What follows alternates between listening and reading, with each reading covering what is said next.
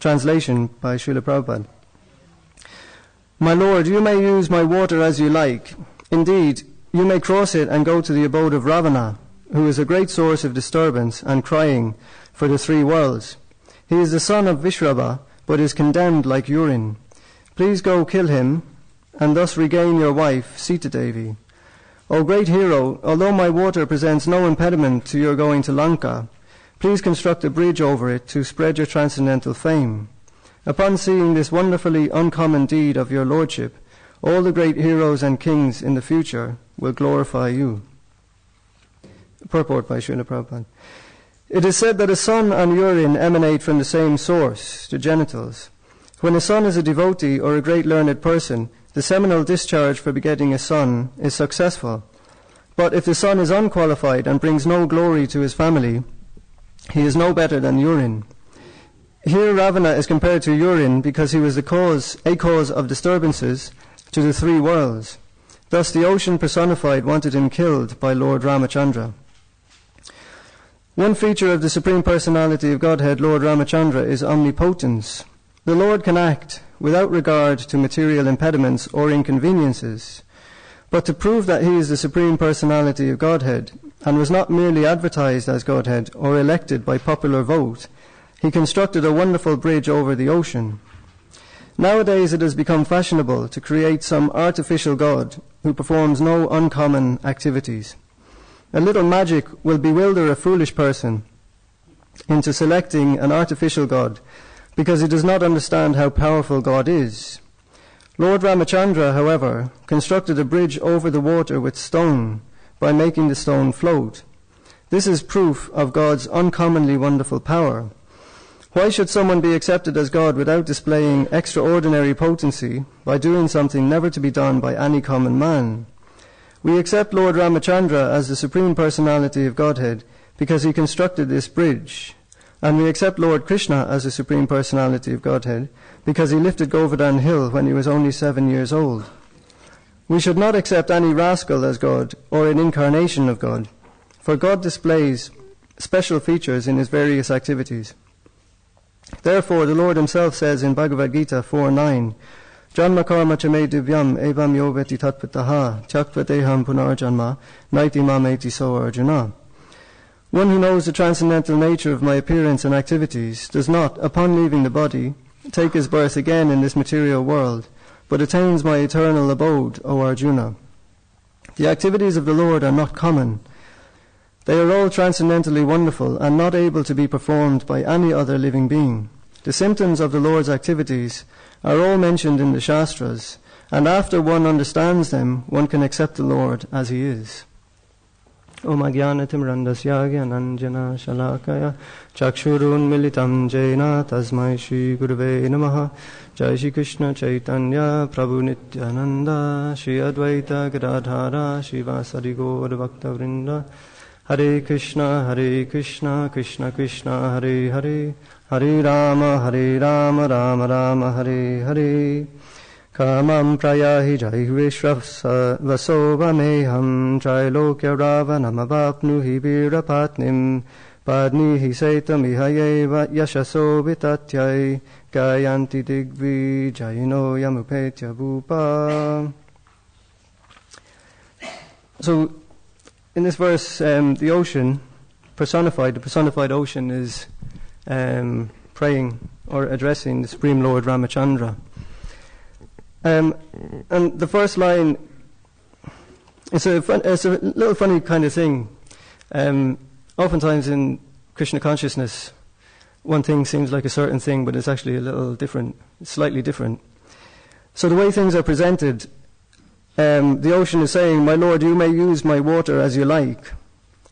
So it's kind of like, it sounds as if the ocean is presenting to Lord Ramachandra, I'm allowing you to do what you like with my waters. But in the previous verses, what happened was Lord Ramachandra approached the ocean, and then he fasted for 3 days awaiting the arrival of the ocean personified.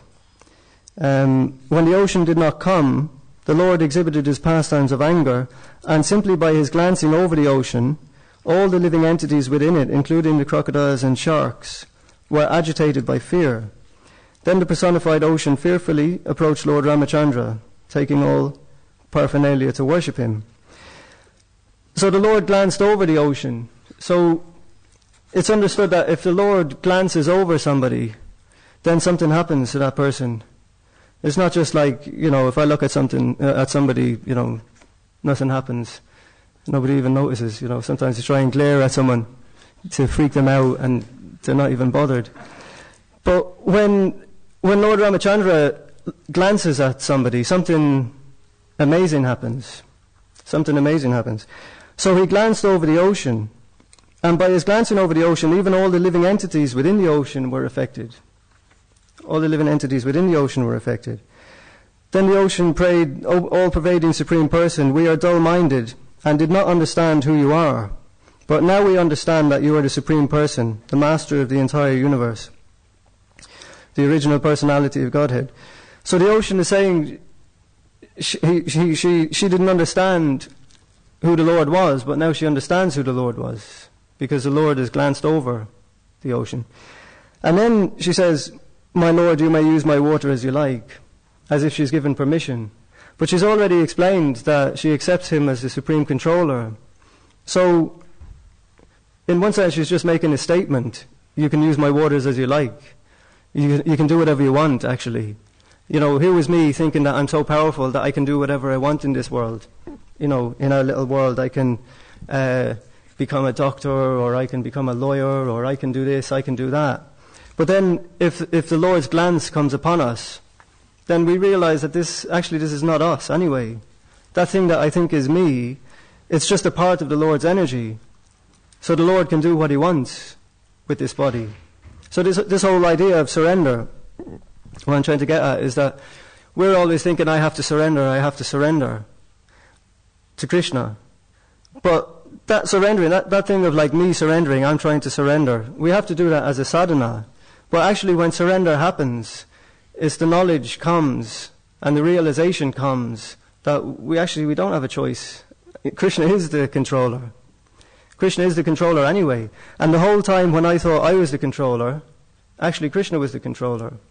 And then when Krishna awakens us to the reality that he's doing everything, then we can pray, you can use my body as you like.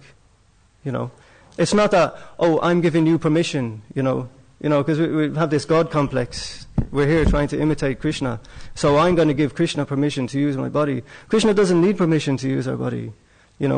Krishna is already manipulating our body. All the diseases and illnesses that come in our body, who are they coming from? They're not coming from me. All the old age and all the creaks and groans that start coming in our joints, who are they coming from? So the point is that in Krishna consciousness, from the very beginning, we have to just accept a higher authority.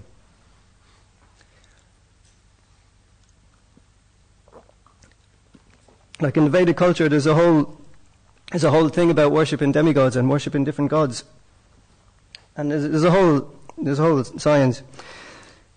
But the basic principle of upasana, it's called upasana kanda. The basic principle of worship is that the person who's worshipping is accepting that there's something higher than me. There's something higher than me. And in an atheistic society, that's not there. Or at least if it is there, you can see that there are other people higher than me, Like, I don't know, if someone takes up boxing and he gets into the ring and he gets punched around by someone who's better than him. So someone's better than him, but he's thinking, with practice, I can become better than him. There's the competition is always there in material life, someday. And someday will come that whoever is powerful in material life, due to the effect of time, that person's power will reduce. Someone else will come up and dominate.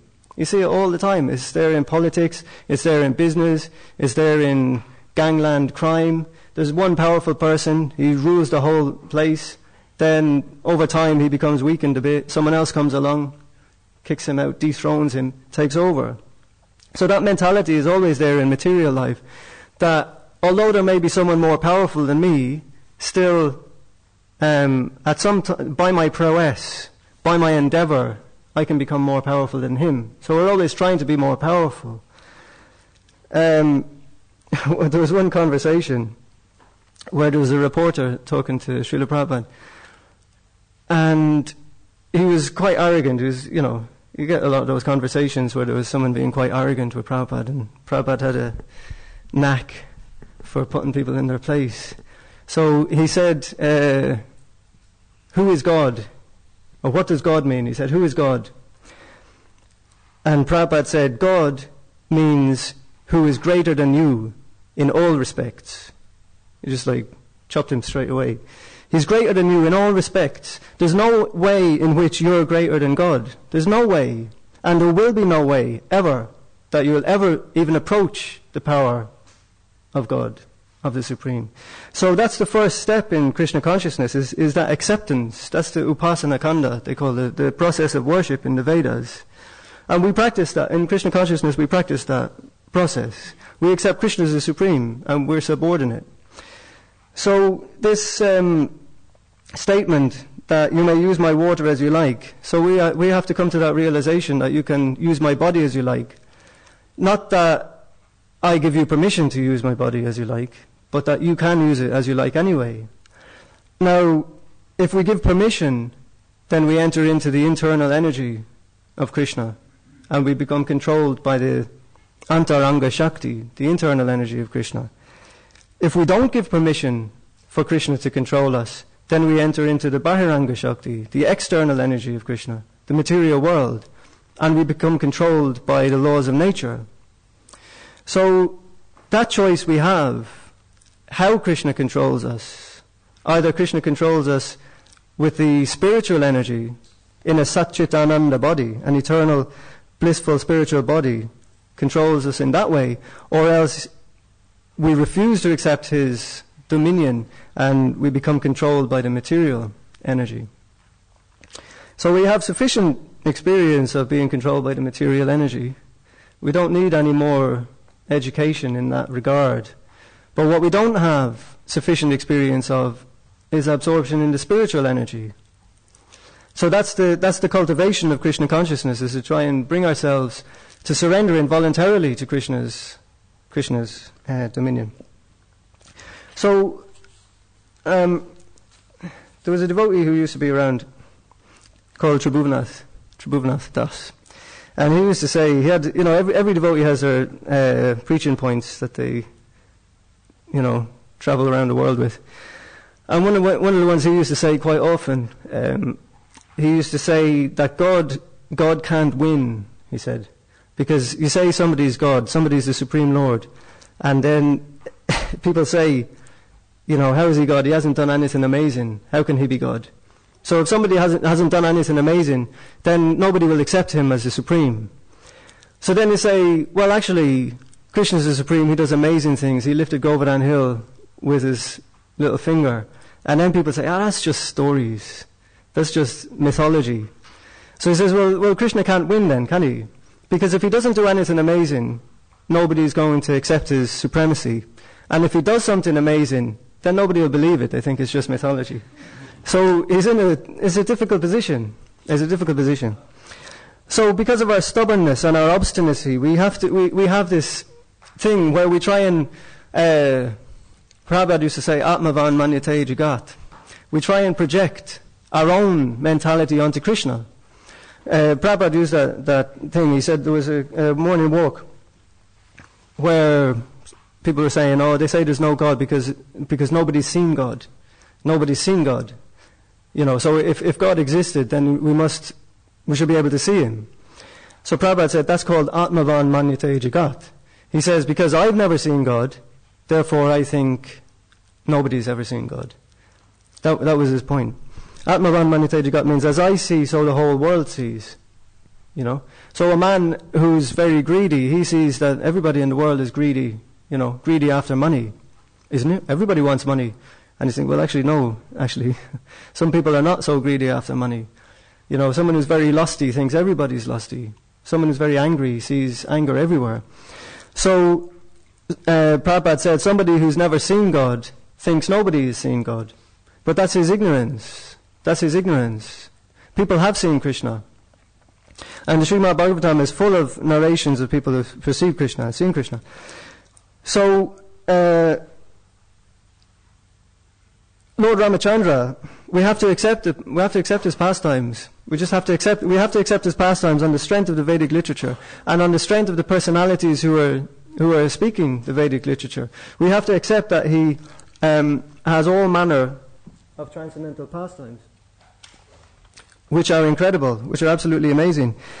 And Prabhupada mentions in the purport that he said, the Lord can act without regard to material impediments or inconveniences. He can act without regard to material impediments or inconveniences. So material impediments means the laws of nature, essentially. So it's often described that when Krishna lifted Govardhan Hill, it demonstrated his unlimited strength. But there's a place where Prabhupada explains it a little bit differently. That it's not that he demonstrated his unlimited strength, it's he demonstrated his control over the laws of nature, which means he caused the law of gravity to no longer act upon Govardhan Hill. So it's not just, Krishna wasn't, trying to push it up. It's that by his mystic potency, by contact with his body, the law of gravity, by Krishna's desire, the law of gravity no longer acted on that hill. It just rested there. Because, any normal person, even to hold your hand like this for a week, you won't be able to do it, even with nothing on top of it.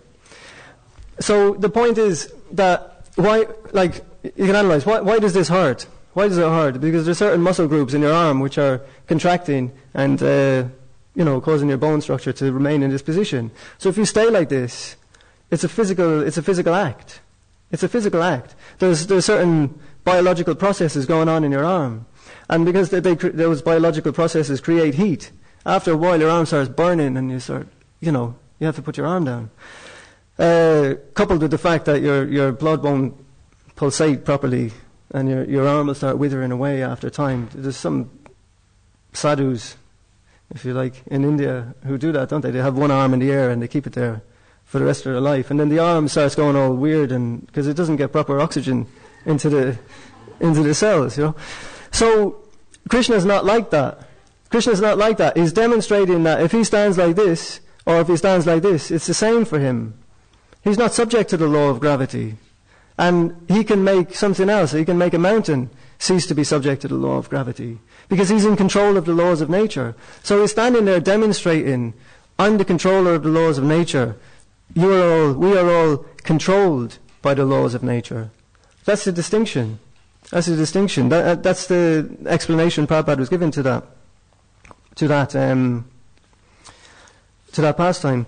So the Lord can act without regard to material impediments or inconveniences. So that means Lord Ramachandra, he could just be on Lanka, He's all pervading anyway. He's present everywhere in his creation. So the ocean's not any obstacle to him getting to Lanka. He doesn't need a boat or a bridge to get to Lanka. He's already in Lanka. So he can just be in Lanka. Or if he wants, he can make Lanka come to him. He can transform the material energy in whatever way he chooses. But the way he chooses is to do some really outrageous activities to really stop people in their tracks, if you like. And say, whoa, what type of personality is this? He can make mountains he can make stones float on water. It's just this kind of, he's got an imagination, if you like. But he demonstrates his transcendental nature in amazing ways. So in the purport, Prabhupada is hinting at this. Prabhupada is hinting at this. There are some people who say things about Prabhupada's purports. Like certain things are contained in Prabhupada's purports and other things are not contained in Prabhupada's purports. And they say things like, Srila Prabhupada, sometimes there's only baby stuff put in to the purports, all these different types of things. Such statements are not factual. Such statements don't pay justice to the depth of Srila Prabhupada's purports. The depth of knowledge in Prabhupada's purports is incomprehensible, but there's a background behind it. Sometimes Prabhupada would say one tiny little statement in the purport, and in order to explain that statement, it would take a week, or you'd have to write a book to explain that statement. Because Prabhupada, in many places, he's summarizing extremely subtle Vedic principles from the Upanishads. He's taken them and he's putting them in his purports, sometimes in one sentence. Sometimes he'll give a whole purport all about following the regulative principles, and then he'll make one short sentence at the end, and you wouldn't even notice that sentence maybe. But then if you look closely and you see that sentence and you realize how that sentence is connected with the translation of what's being spoken in the verse, and how that relates to the Vedic literatures and the Upanishads. So again, Srila Prabhupada told Tribhunath Prabhu, he gave him a direct instruction. He said, "You should study my books piecemeal." He said, piecemeal. Piecemeal means with a fine-tooth comb. There's an expression, a fine-tooth comb, which means if your hair is really knotted, you can start combing it with a coarse brush, and then you get finer and finer combs. And if you really want to analyze what's inside your hair, when we were kids, I think it still happens, sometimes you get a letter home from school saying there's been nits in school, and every mom has to check their kid's hair. So your mom has to go through your hair with a comb, combing it all out of the way, checking for these little things that might be crawling around inside. So a fine-tooth comb, it's because you're analysing what's there. You look at somebody's hair and it's just what you say, black, or it's just like a big mop or whatever. But you get up close, and you get all the tiny little, fine, each individual hairs are examining it. So this thing that Prabhupada told Tribhunath Prabhu, piecemeal means the same thing. You don't just skim over, you don't just read the book, You piecemeal, you go through everything that's in the book, very closely. And Prabhupada, the system for, when we're giving class, we do the word-for-word translation. Prabhupada wanted that for devotees to spend time on the word-for-word translation. He wanted us to become familiar with the words, the Sanskrit words that are being used in the Bhagavatam, and the translations of those Sanskrit words. Because the Sanskrit words, they have different translations in different places. One example, Atma. You see, Atma means soul. Atma means supersoul. Atma means body. Atma means mind. Atma means intelligence. Atma means false ego. I believe in one place Atma can mean material world also. So Atma, what does Atma mean then? What's the Atma? So we skim over it and say, well, this place it means the body, this place it means the intelligence. That's not a sufficient explanation. Atma means self, it means spirit. Atma means self. So if you can describe the body as Atma, then that means that the body has no existence separate from the self. The body has no existence separate from the self. Like the mind, we think that the mind, the soul exists. Because the soul exists, we accept the existence of the world. We accept that this world exists, but this world doesn't actually exist. In the same way that you mistake a rope for a snake, that snake doesn't exist. You see a rope lying on the ground, and it's a bit dark, and you think that's a snake. So you see a snake, and you have the experience of a snake, because you become fearful, and maybe you walk the other way, because you think there's a snake on the ground. But that snake doesn't exist, and that snake never existed. But what actually exists is the rope. So this material world, what we call the world, the world, the real world that people talk about, I'm going to say this because oftentimes sannyasis can sit here and they criticize the world, and people say, you don't live in the real world. It's easy for you to say, you just fly from one temple to another, giving classes, and then you don't live in the real world. So I'm not a sannyasi. I have a job, I pay council tax, I got a family, I have a car, I have bills, I have all that stuff. All that stuff. So I live in the real world. So I can sit here and I can say, it's not real. There's nothing real about it. There's nothing real about this world at all. And all you have to do is scratch it a little bit and you'll see. Because you can think, you take, for example, this body is me, and then you scratch for a little bit, and you think, well, you think about it, well, which part of this body is me? Which part of this body is me? Because if you start removing bits of the body, I don't feel incomplete, you know? You know what I mean? So, once you think about it, once your attention goes in that direction, then you can see.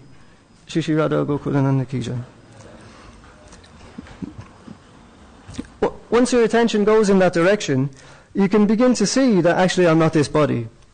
But if your attention doesn't go in that direction, then you accept this body as yourself.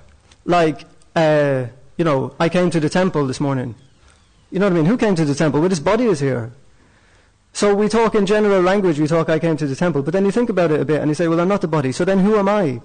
So then you start thinking, well, I'm maybe the mind, you know?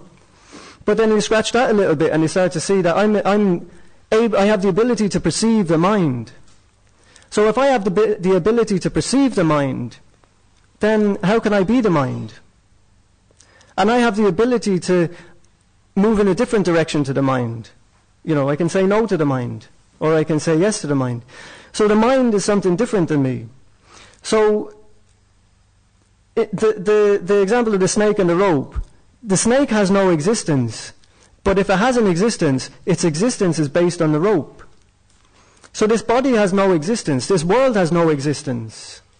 But if it has an existence, then that existence is based on the presence of the spirit. It's based on the presence of soul, Atma. So in that sense, because the rope is the basis of the snake, the Atma is the basis of the world, and the soul is the basis of the body. Therefore the body can be called Atma. When the soul is identifying with the body, then the body becomes called Atma. So, like the soul is pure. And in the soul there's consciousness, there's conscious awareness. So in the same way that I exist, and if I stand in front of a mirror, I exist, the mirror exists, and the reflection exists. Three things exist. If I take away the mirror, then the reflection ceases to exist. But I exist, still. I exist here even though there's no mirror, but my reflection doesn't exist because there's no mirror. If you put a mirror in front, then there's a reflection which exists. So the soul exists.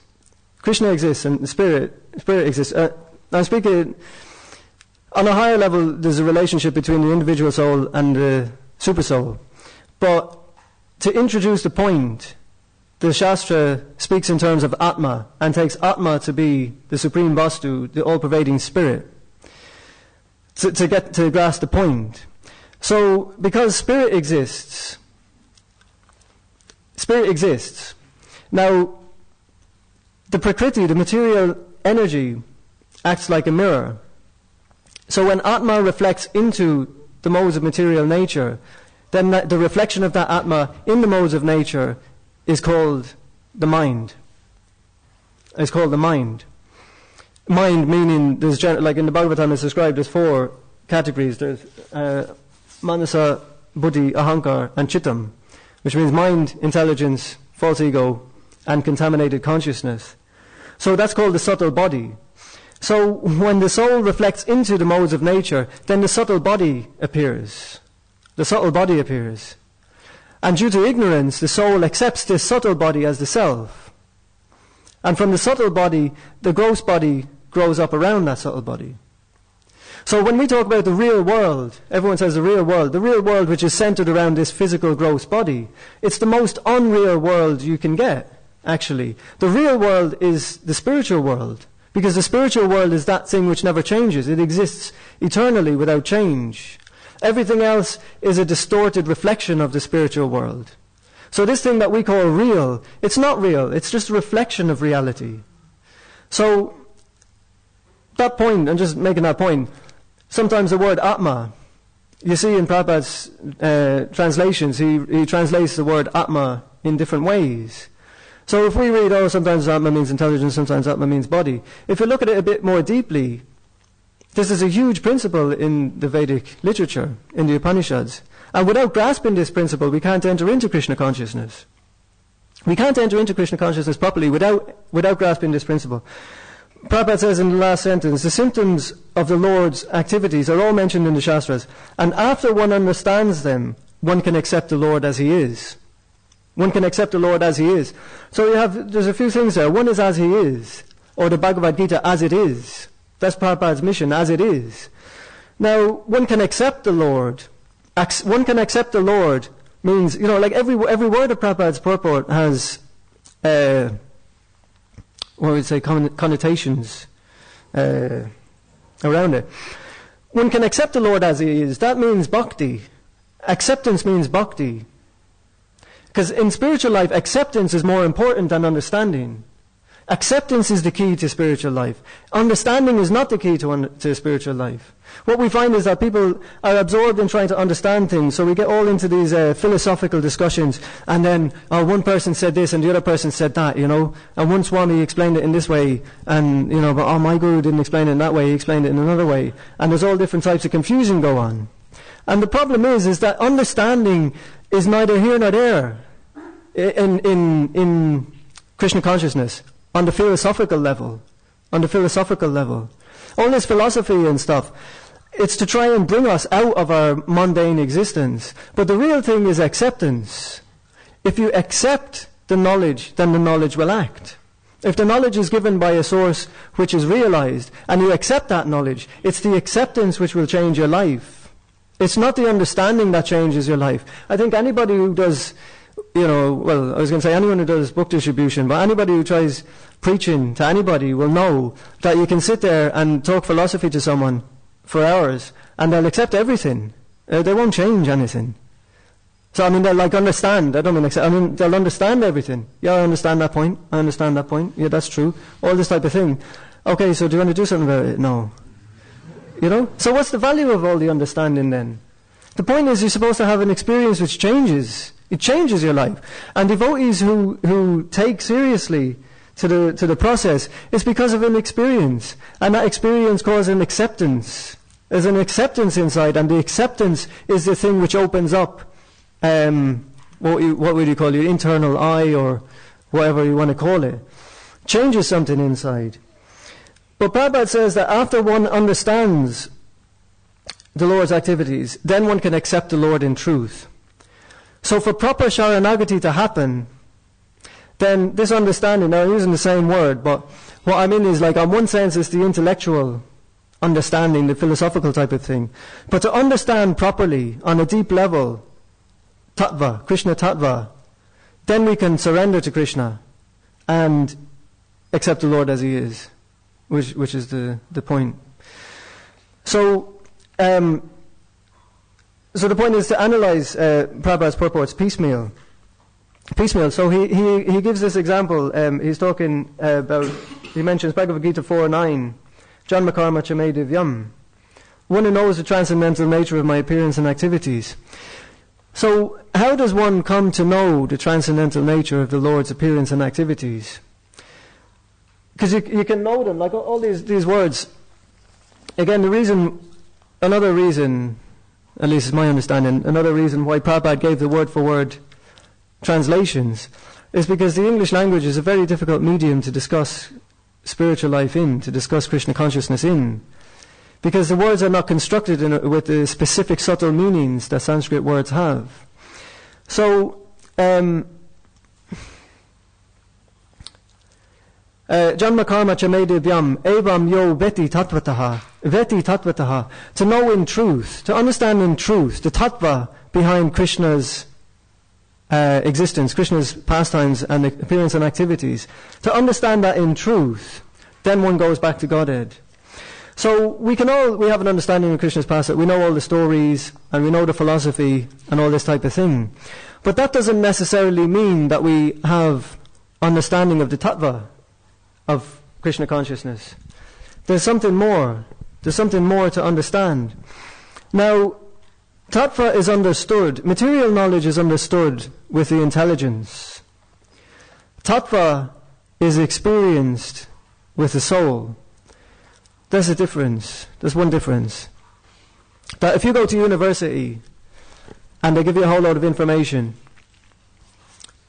you take that information, you remember it, and you store it up in your mind and your intelligence. It doesn't give you transcendental bliss. It doesn't make you happy. It just disturbs your mind, actually. That's my experience, at least. So, because you've got so much, they call vritti, chitta vritti, your mind is moving and moving and moving all the time in so many different ways. It's like if you have this stuff, Play-Doh, kids use it, it's like a squishy stuff. How many different shapes can you make out of it? You know, it's unlimited how many shapes. According to your imagination, you can use as many shapes as you like. So the mind is like that. Patanjali Muni calls it modifications of the mind. Every time we have a thought, that thought is called chitta vritti, which means our mind is shaped in a different way. So how many ways can you shape your mind? How many ways? You know? In broad categories, the Shastra says 8,400,000 ways, corresponding to the species of life. So if we say that we're all in one species of life, a human being, within that one particular modification of the mind, how many thoughts do we have? You know? How many different types of thoughts? It's unlimited. So to understand Krishna's pastimes in truth means to go beyond the mind, go beyond the intelligence, and experience Krishna in truth. That's what it means. So when one understands on that level of experience, then one can accept Krishna, accept the Lord as he is. So the question will then come, what's stopping us? What's stopping us from having that experience of transcendental knowledge?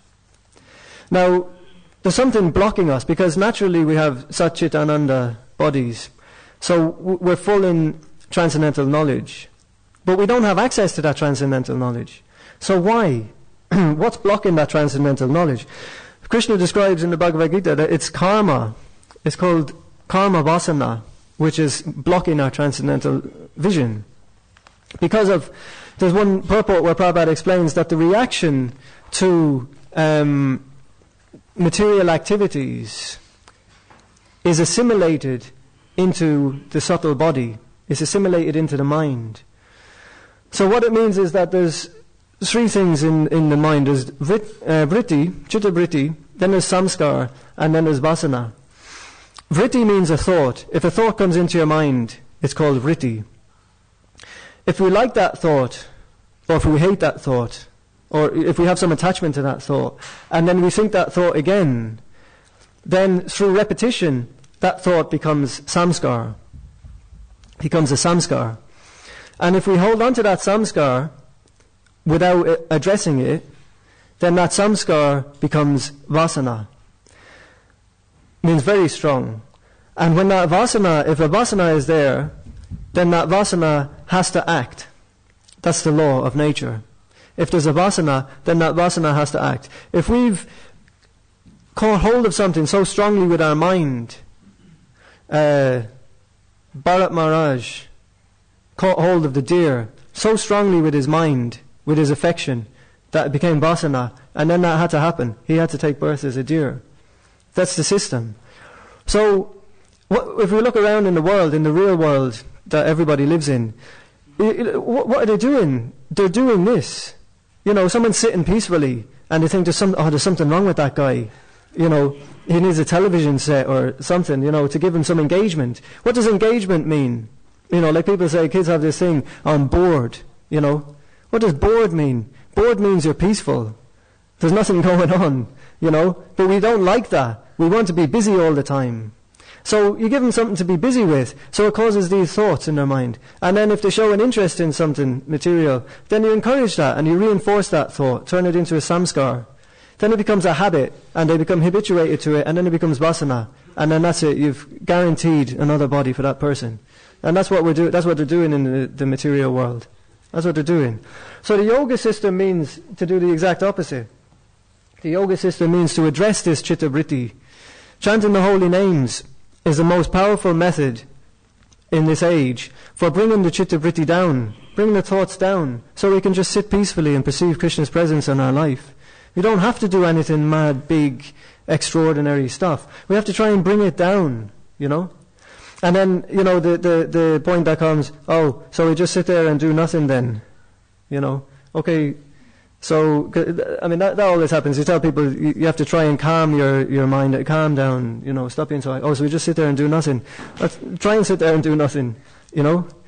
I'll give you 50p if you can sit there and do nothing for 5 minutes. You can't. The point is that because of our previous vasanas, we have this body, and this body is equipped with a certain mind, and that mind will act according to its nature, whether you like it or whether you don't like it. Krishna told Arjuna that. He said, if you leave this battlefield, you take sannyas, you will fight somewhere else. It's your vasana. It's your swadharma. It's your swabhava. It's your nature to fight. You're going to fight. So he said, fight for me under my instruction and become purified. So the point is that we accept that we have to act according to our nature. So act according to your nature in Krishna consciousness, become purified. That's the technique. That's the technique. And the example given is the fan, where Prabhupada said that you unplug the fan keeps moving. If you plug the fan in, the fan will keep moving as long as there's electricity. But if you unplug the fan, so we're supposed to unplug from the material world, which means nothing new. Prabhupada made that clear, nothing new. You join this God, no new desires, no new activities. Don't build up this vritti and this samskar and this vasana. Don't build it up anymore. Whatever you have already, it's bad enough, So don't add to it. Just let it flow out, and let it flow out in Krishna consciousness with detachment. As the servant, not trying to enjoy the fruits, not being attached to one thing or another thing. Just let the thing go about its business, and then it dissipates. The fan slows down, and when the fan slows down, that's the thing. The blades are turning. You're not able to see through it. When the fan slows down, when it stops, then you can see through. So when the mind stops, then you can see through the mind, and you can see, we can see our spiritual nature. So, just. How to do it? The point was through karma yoga. Krishna describes the process of karma yoga.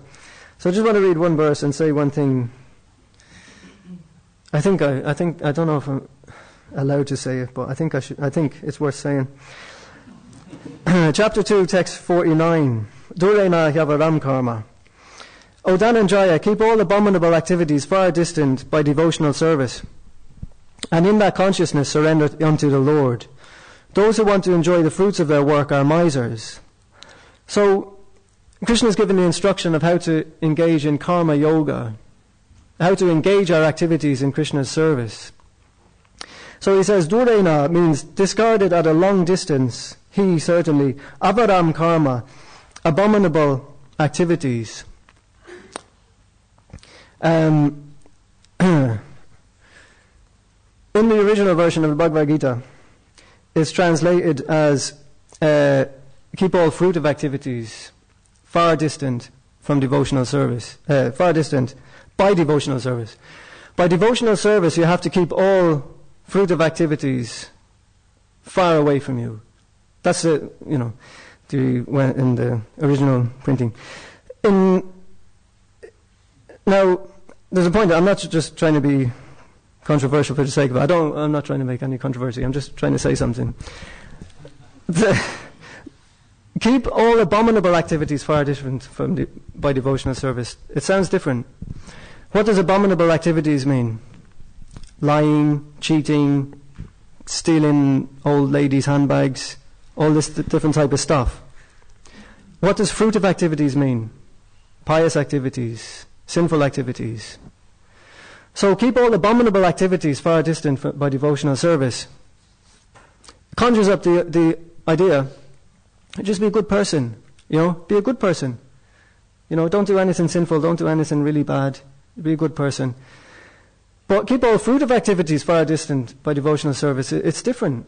It's different, because what's a fruitive activity? A fruitive activity is an activity based on a person's desire. Based on your desire is a fruitive activity. Based on Guru, Sadhu, Shastra is karma yoga. If we do things that we're instructed to do by self-realized souls and by Shastra, then that's karma yoga. If we're doing it without desire for results, if we're doing it without desire to become first, to get top, to get praise, to get glory, whatever, if we're doing it without any desires. But if we're the other way, abominable activities, and in the purport, Prabhupada says, He says, only misers desire to enjoy the fruit of their own work, just to be further entangled in material bondage. So that's the point, like in the real world. We're trying to encourage people to become attached to, if you work hard, you can get money and then you can enjoy in life. So we're encouraging them into fruitive activities, just to become further entangled in material bondage. Because by that attachment, you get another body. Then Prabhupada says, except for work in Krishna consciousness, all activities are abominable, because they continually bind the worker to the cycle of birth and death. Except for work in Krishna consciousness, all activities are abominable, pious activities and sinful activities, because they continually bind the worker to the cycle of birth and death. So the tone of the purport is consistent with the original translation. Again, I don't mean to say anything controversial. I think it's an important point to note, and I'm trying to lead up to one point I want to make. The tone of the purport is consistent with the original translation. If we skim through, like Prabhupada said, you should read my books piecemeal. If we don't read the books piecemeal, we can miss that. We can miss how the tone, keep all abominable activities. Okay, abominable activities. And then we skim over the purport. We might miss that point. That what is an abominable activity? An abominable activity is any fruitive activity. Any fruitive activity is classed as abominable because it has a result, and that result binds a person to the material world. So, there's a big argument then. Oh, they used to say this, now it says that. And, this is the point I'm mentioning it, is because devotees then become confused, There's a big fight, there's a big argument, and then there's all stuff on the internet, and then, this thing and that thing, and so many opinions going back and forward. So the point is, to go direct to the source is the point. To go direct to the source is the point of Krishna consciousness. Krishna is the source. And Krishna's words are there. And if we make a study of Prabhupada's books piecemeal, then we'll come to an understanding of what Krishna is trying to say. And we can see why, sometimes it's translated in this way, sometimes it's translated in that way. We won't become disturbed by that because we understand the point that's being made, because we've gone into it with sufficient depth. Like in the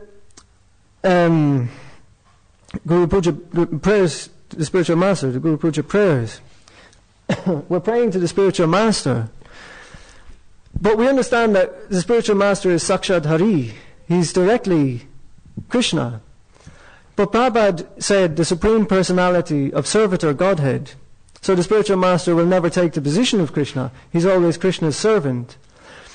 But by approaching the spiritual master, the bona fide spiritual master, the experience is direct experience with Krishna, because he's a transparent via medium. So then it comes up, my guru or your guru. Prabhupada made the point all the time, there's only one guru. The guru is one. So we try to translate it, like they say, when white light is, if someone shines white light on me and I've got like blue sunglasses on, then I see blue light. So I've translated that white light into blue light. So when an instruction is given, there's a tendency to translate it into something mundane, into something mundane. So the guru is one. Oh, because they might speak in different ways, but they speak according, they say the same thing, chant Hare Krishna and all this type of thing. The guru is one because there's only one guru, because the guru is the super soul. Super soul is the guru. Now, if a person externally perfectly represents the super soul, then that person is called Satguru. He's called Satguru. And you can surrender to that person wholeheartedly, because when you serve that person, your experience is that of serving the Supreme. Because the Supreme Lord is manifesting, He's coming through that person. So this whole idea of my guru or your guru or who is your guru, there's only one guru, the guru is Krishna. But Krishna speaks to different people in different ways. That's the only difference. That's the only difference.